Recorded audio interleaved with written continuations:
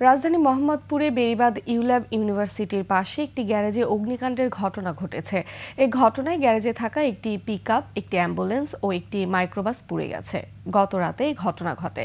খবর পেয়ে ফায়ার সার্ভিসের একটি ইউনিট ঘটনাস্থলে পৌঁছে আগুন নিয়ন্ত্রণে আনে। গ্যারেজ মালিক ও পুড়ে যাওয়া গাড়ির মালিকদের অভিযোগ, একটি মোটরসাইকেলে ৩ জন এসে আগুন ধরিয়ে পালিয়ে যায়।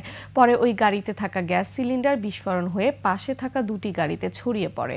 তবে এই ঘটনায় কেউ হতাহত হয়নি বলে জানিয়েছে ফায়ার সার্ভিস।